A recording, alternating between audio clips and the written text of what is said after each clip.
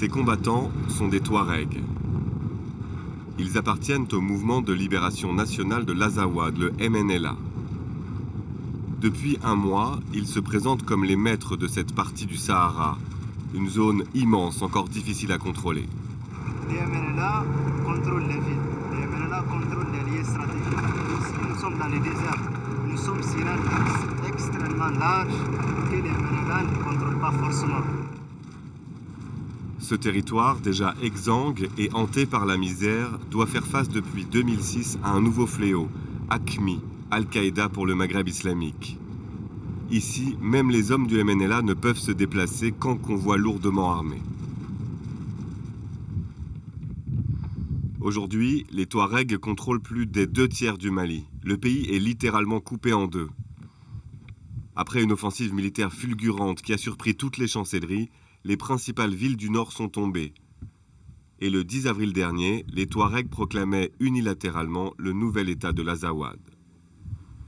Aujourd'hui, dans cette partie nord Mali, l'armée malienne s'est désintégrée. De sa présence, il ne reste que ses carcasses. Pourquoi cette insurrection contre le Mali? Qui sont ces combattants Touaregs? Quelles sont leurs relations avec Al-Qaïda? Pour le savoir, il faut se rendre à Gao. Adossé au fleuve Niger, c'est la capitale du nouvel État. À première vue, contrôlée par le MNLA. Ce jour-là, les Touaregs finissent de faire disparaître les dernières traces de la présence malienne. À chaque entrée de la ville, ce sont aussi les hommes du MNLA qui contrôlent les checkpoints. À leur tête, le colonel Hassan Mehdi. Il a déserté l'armée malienne fin 2011 pour rejoindre la rébellion.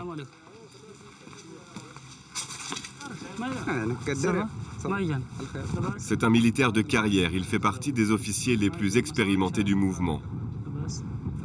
Ça, c'est la route du Niger. Il tente de contrôler cet axe, la seule route du pays.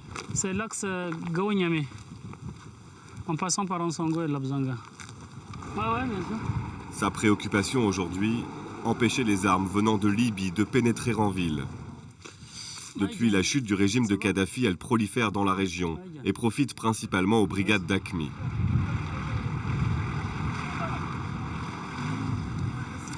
Il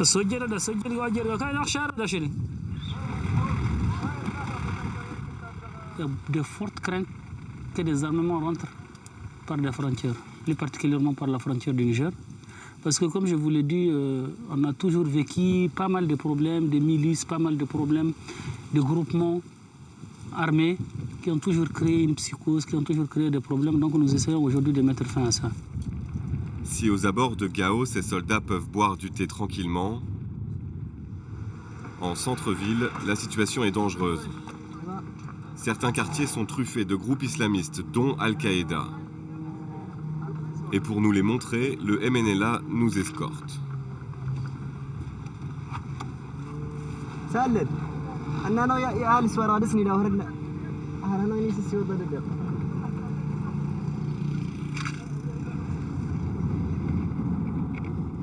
Il faut rester discret et filmer derrière des vitres teintées. Quelques minutes à peine et déjà les premiers drapeaux noirs, l'insigne des groupes islamistes. Ici, un véhicule d'Ansardine, le groupe intégriste Touareg. Et puis, très vite, à droite, les djihadistes d'AQMI. Sur la gauche, un autre groupe salafiste.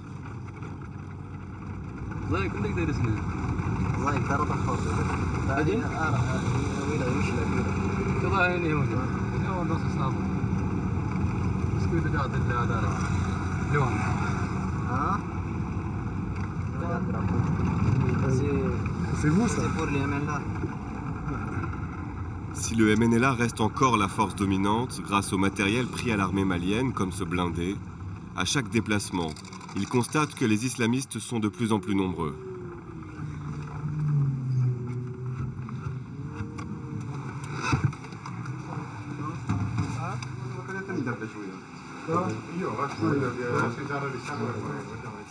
Dans cet ancien centre administratif occupé par le MNLA, les soldats du colonel Amadou. Ces hommes font partie de ceux que l'on appelle les Libyens. Plus de 800 militaires touaregs incorporés dans l'armée de Kadhafi.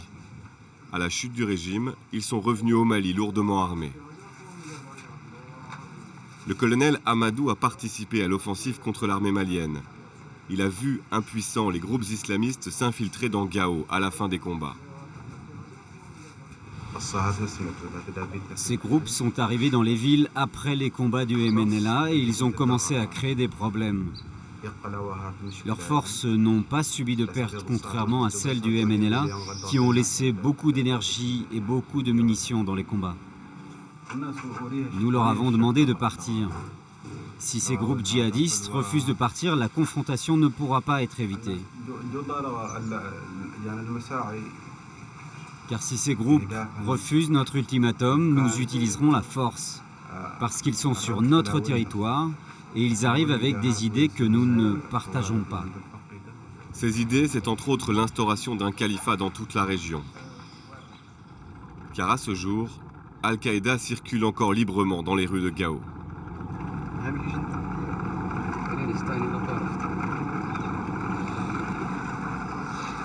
Face à la menace de ces groupes islamistes, le MNLA s'organise.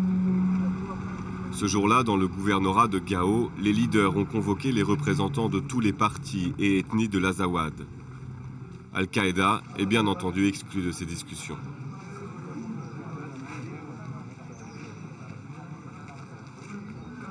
Nous avons les composantes de l'Azawad. Nous avons des Sorais, nous avons des Arabes, nous avons des Touaregs, nous avons des Peuls venus de tous les coins de l'Azawad.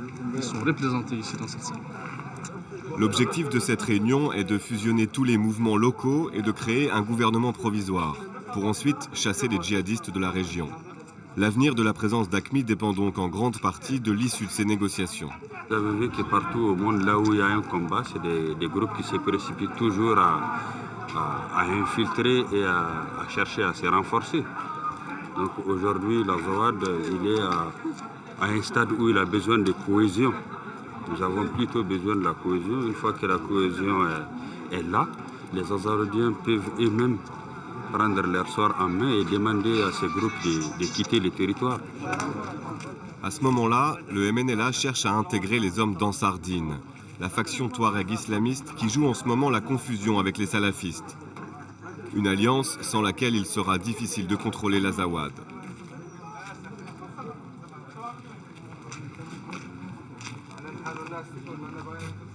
Pour l'instant, le rempart contre l'islam radical, ce sont les femmes. Elles veulent leur place dans le futur gouvernement et sont venues de tout l'Azawad pour le dire.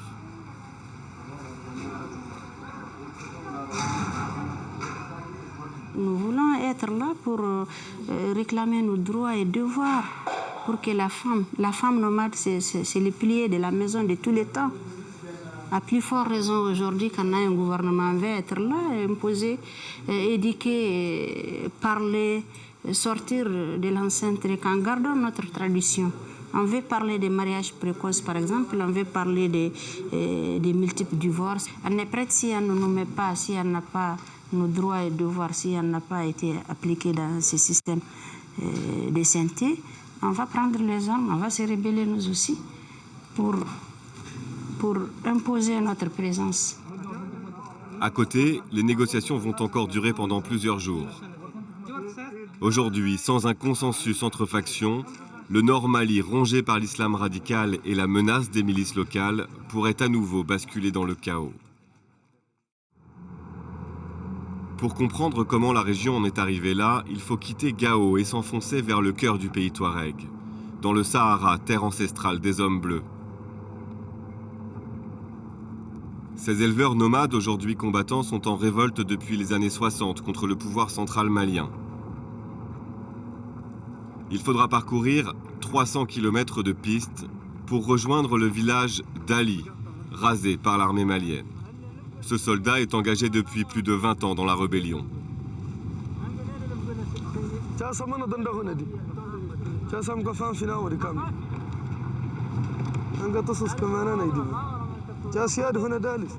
Leur insoumission, lui et les siens l'ont payé au prix fort. Dans les années 90, l'armée malienne a massacré 47 membres de sa famille sous ses yeux.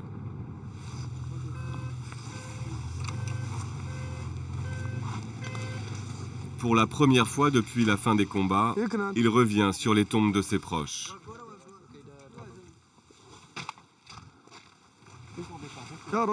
Ça, ce sont les tombes des gens que le Mali a massacrés. Ici, vous voyez des tombes d'enfants et de femmes. Là, il y en a d'autres. Tous ces gens ont été tués ici. Vous voyez ? On a passé une semaine à les enterrer. Tous ceux qui ont échappé à ce massacre ont fui et ont tout abandonné. L'armée est arrivée le matin. Les gens étaient là avec leur bétail. C'était 2 jours après l'attaque de la ville de Ménaka. Un blindé s'est positionné de ce côté-là et un autre véhicule s'est placé vers les maisons là-bas. Ils ont ouvert le feu sur les gens et le bétail qui était rassemblé ici. Ceux qui ont fui sont partis vers les collines là-bas. Là, c'est la tombe de mon père, Mohamed. Et là-bas, c'est celle du chef du village. Mohamed, c'est mon père. Il s'appelle Mohamed. C'est mon père. L'empreinte que le Mali m'a laissée et qui m'a fait prendre les armes, c'est ça. Voilà ce que le Mali m'a laissé. Le massacre de ma famille. C'est pas seulement moi. C'est dans tout le peuple touareg. Maintenant, j'ai la tête haute. Et je laisserai plus jamais le Mali revenir ici. Je me battrai jusqu'à la dernière goutte de mon sang.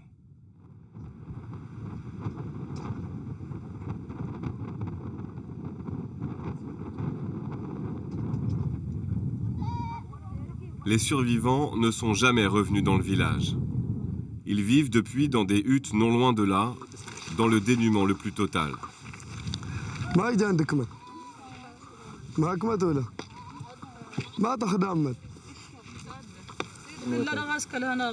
Rien n'a changé ici depuis 50 ans.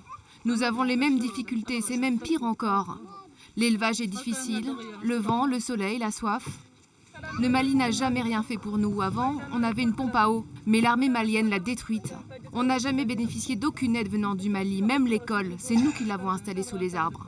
Le Mali n'a même pas pu construire des écoles pour nos enfants. Nos familles ont été tuées par le Mali, dans les maisons là-bas où on vivait avant.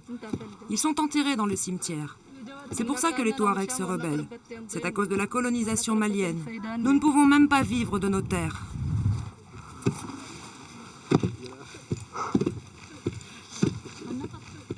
Ces injustices, les Touaregs les vivent depuis plus d'un demi-siècle.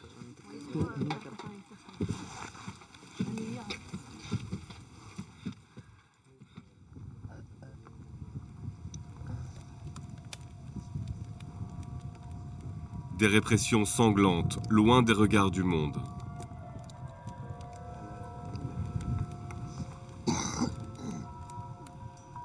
Ali est le descendant de 3 générations de Touaregs révoltés. Une vie d'errance avec ses compagnons d'armes en plein Sahara.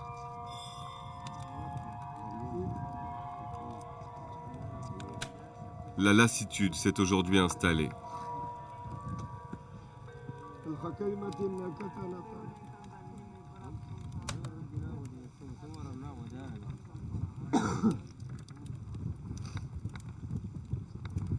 Malgré l'épuisement, chaque matin, ces hommes se forcent à redevenir des combattants.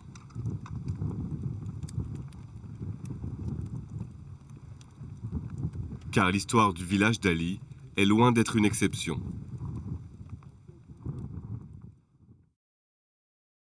À plusieurs centaines de kilomètres au nord, une vallée a été entièrement vidée de ses habitants. Ici, plus de 900 familles ont été chassées par l'armée régulière en 2006, sans un seul témoin. Depuis, les troupes maliennes qui occupaient ce fort construit par les Français pendant la colonisation en ont fait une zone militaire, interdite à tout civil.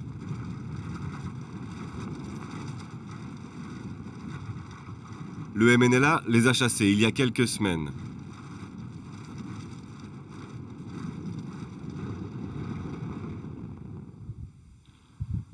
Pour la première fois, ces habitants peuvent revenir dans leur village et témoigner.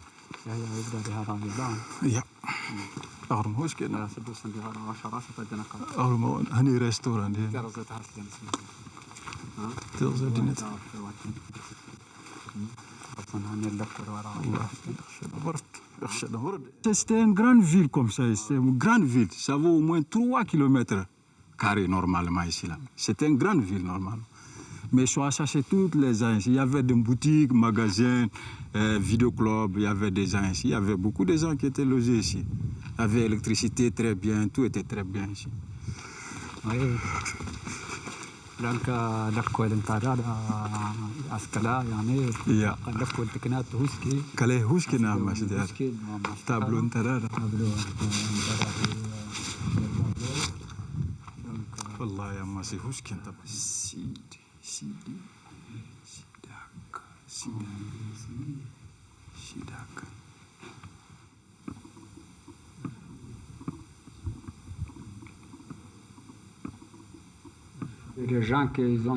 Les gens qui ont été chassés d'ici étaient tous des proches des rebelles. Et c'est pour ça qu'ils s'en sont pris à eux. Ils n'ont pas réussi à attraper les rebelles, alors ils se sont vengés sur la population.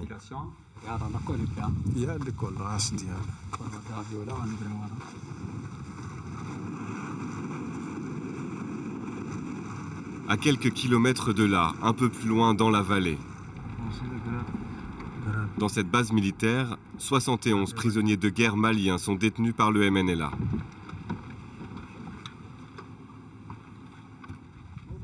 Le commandant de la région, Issa Ag Gali, nous présentera 10 d'entre eux. Ces officiers et soldats maliens ont été faits prisonniers lors des récents combats. Nous n'aurons pas la possibilité de nous entretenir avec eux sans la présence de leurs gardiens. Nous n'avons pas eu accès non plus à leur lieu de détention. Mais ces détenus nous ont semblé bien traités, même s'il est impossible de le vérifier. Et seul un officier de l'armée malienne capturé à Tessalit acceptera de nous parler. Nous prions le Tout-Puissant pour qu'il y ait entente entre les deux parties, c'est-à-dire que le gouvernement et les MNLA pour que tout se passe très bien, qu'enfin on puisse au moins se rejoindre nos familles. C'est notre souhait, c'est un souhait.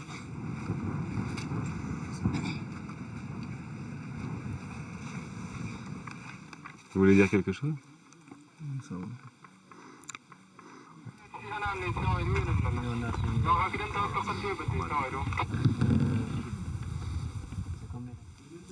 Aujourd'hui, on contrôle la situation. Notre seul problème est la prise en charge des prisonniers. On essaye tant bien que mal avec nos moyens de leur fournir ce dont ils ont besoin, nourriture, médicaments, habits, mais ce n'est pas suffisant. Les organisations internationales doivent leur venir en aide, mais je ne sais pas pourquoi elles ne viennent pas les voir. Dans toute la région, les combats de ces derniers mois ont aussi provoqué un important afflux de déplacés. Les plus démunis se trouvent au nord, à la frontière de l'Algérie. Pour s'y rendre, il faut longer le massif de Tirarar. C'est ici que sont implantées depuis 2008 les plus importantes bases d'Al-Qaïda pour le Maghreb islamique. C'est sans doute aussi là que les 9 otages occidentaux sont encore détenus. Changement de décor.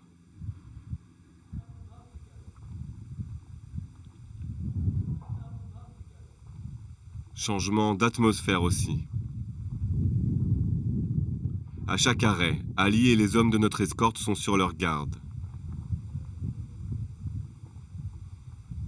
Ici, on est en pleine zone d'activité d'AQMI. Tout véhicule qui s'approcherait serait suspect. À la tête de ces hommes, Iknan, 25 ans, l'un des jeunes fondateurs du MNLA. Il est originaire du massif et en connaît chaque recoin. AQMI a dos des voitures, on ne sait pas là où elle est présente. Ils ont aussi des gens qui sont placés un peu partout avec des téléphones satellites pour les renseigner, qui savent qu'on n'a pas de bonnes intentions envers eux. Ils savent qu'ils nous ont étouffés et qu'un jour on se réveillera contre cet étouffement pour dire non à AQMI. Iknan confirme que les djihadistes d'Al-Qaïda ont profité eux aussi de l'immense marché aux armes libyens. Fusils automatiques, lance-roquettes et même missiles sol-air. À ce jour, aucune décision n'a encore été prise par le MNLA de chasser AQMI, mais des accrochages ont parfois lieu. En fait, nous les évitons. Jusqu'à présent, on les évite. Mais il y a eu d'autres fois, il y a eu d'affrontements entre nous. On s'est rencontrés quelque part, on les a pris comme une armée étrangère. On les a attaqués, il y a eu un mort parmi leurs rangs. Toi, tu étais là? Oui, j'étais là pendant l'opération.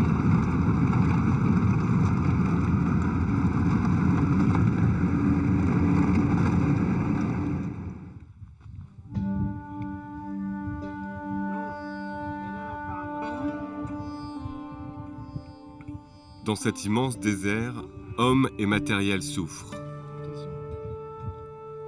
À la mi-journée, il fait 55 degrés à l'ombre. Tout s'arrête. Ali et ses compagnons d'armes, écrasés par la chaleur, s'écroulent.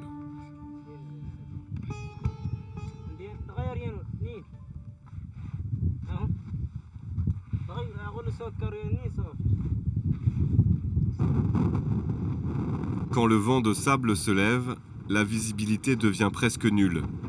Impossible pour les guetteurs de voir les véhicules s'approcher. Il faut se remettre en chemin et traverser cette zone le plus vite possible.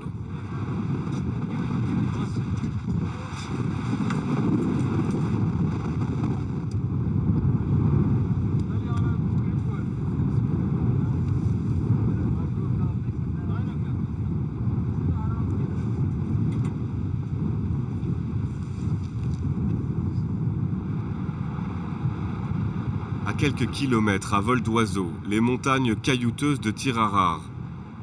On y trouve de l'eau et des grottes, une forteresse naturelle idéale pour se cacher. Avant d'être utilisée par AQMI, elle a servi jusqu'en 2008 de sanctuaire aux rebelles Touaregs. Les Américains, avec l'aide des Maliens, avaient tenté d'installer à proximité une base pour lutter contre le terrorisme. Elle a été pulvérisée par AQMI. Voilà la base qui a été détruite par AQMI il y a quelques mois. Elle a été sautée par AQMI qui ne voulait pas qu'elle soit construite. C'est une base arrière des Américains et les Maliens qui voulaient utiliser ça comme une place d'atterrissage d'hélicoptères. Ils ont détruit ça, tu vois, les maisons sont sautées, tout est détruit là-bas. Et le fait qu'AQMI utilise les bases historiques de la rébellion, ça te fait quoi, toi? C'est vraiment une chose qui a sali l'histoire de cette région, oui. De ces bases, par exemple, historiques. Tu ne peux plus écrire l'histoire de ces bases sans évoquer la question d'AQMI qui était basée à l'intérieur de ces bases. C'est ça pour moi. C'est ça qui me dérange.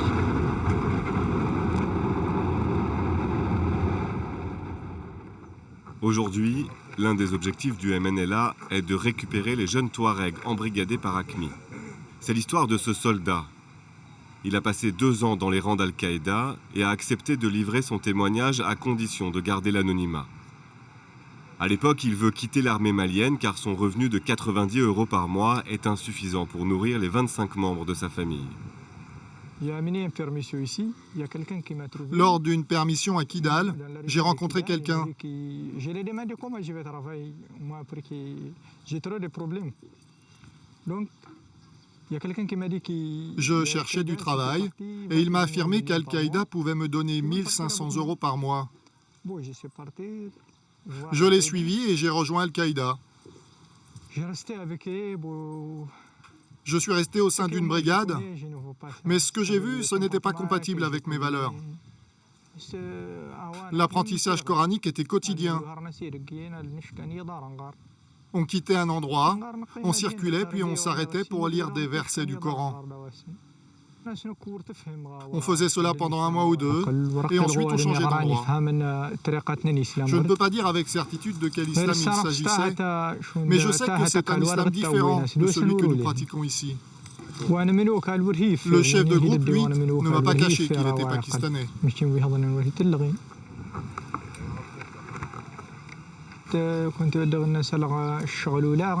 Nous passions dans des campements pour inviter les gens à nous rejoindre, pour faire du prosélytisme. Nous leur parlions de la nécessité d'être respectueux du message de la religion. Moi, je pense qu'Al-Qaïda se renforce à cause de la pauvreté qu'il y a ici. Si l'on avait donné la possibilité à tous ceux qui sont ici d'avoir des projets et de travailler, beaucoup n'auraient pas été tentés d'intégrer les rangs d'AQMI. Et AQMI serait parti.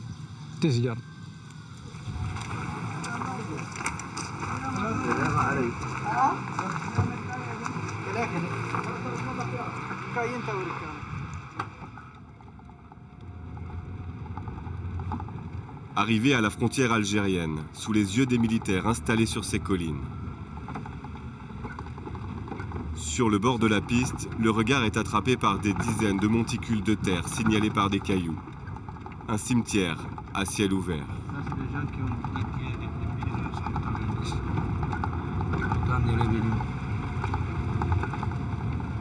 C'est les gens qui les Mali ont tués. Les gens de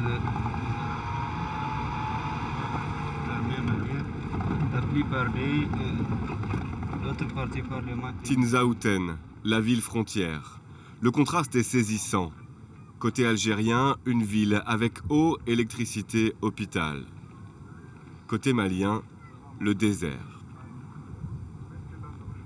Les derniers événements ont mis l'Algérie en alerte. La frontière est fermée depuis un mois. Mais le commandant du MNLA en charge de la zone tente de nous faire croire que tout va bien avec son voisin.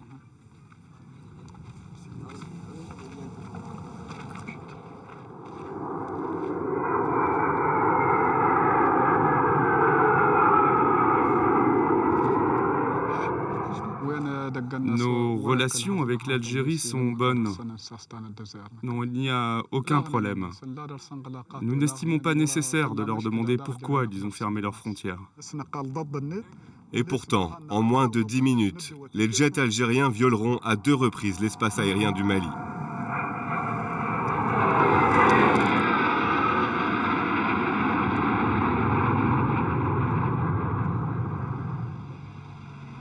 À quelques centaines de mètres de là, coincés entre les deux pays, des réfugiés pris au piège.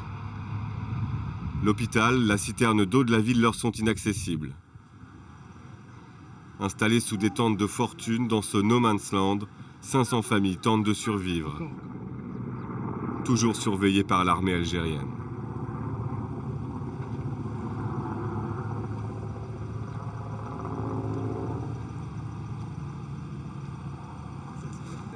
Sada, avec ses 6 enfants, a quitté Kidal il y a 2 mois.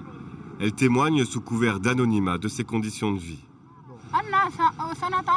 L'aviation malienne est arrivée et nous a bombardés. Il y a eu 12 blessés et 2 morts. Alors, on a été obligés de fuir dans la nuit. Ici, nous ne recevons aucune aide. En 2 mois, on n'a reçu que quelques tomates et quelques sachets de farine de semoule. Depuis, plus rien.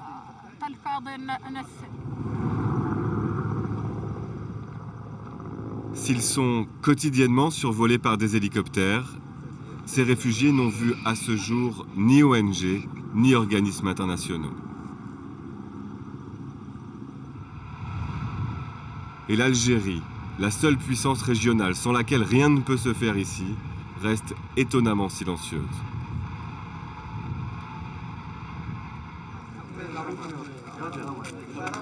Retour à Gao. Après 3 semaines de discussion, les Touaregs du MNLA sont parvenus à composer leur gouvernement. L'alliance avec le groupe radical Touareg Ansardine n'a en revanche pas abouti. Une mésentente qui risque de fragiliser le tout nouveau conseil transitoire de l'État de l'Azawad.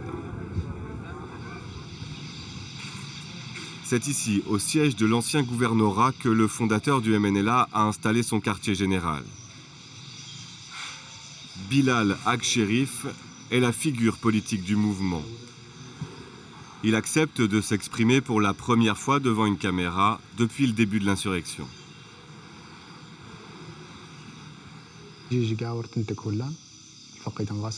Avant le début des opérations militaires, nous cherchions déjà à nous unir avec Ansardine.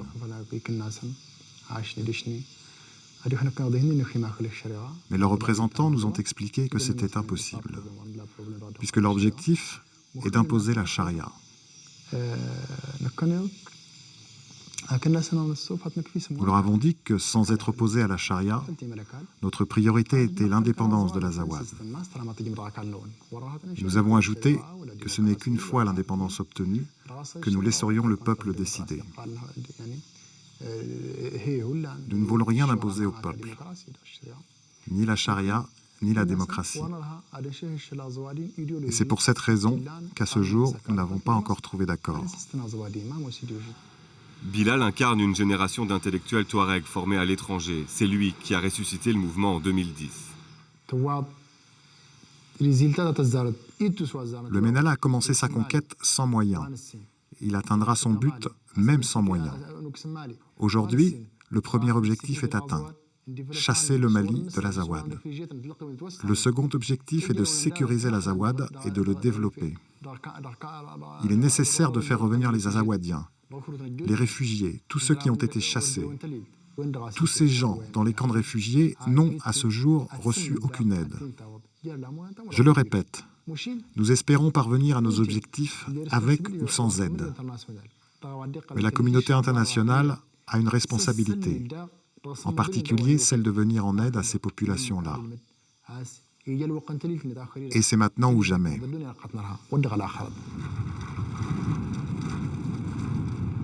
Au nord Mali, l'insurrection touareg et la disparition de l'État ont fait violemment ressurgir les fantômes du Sahel.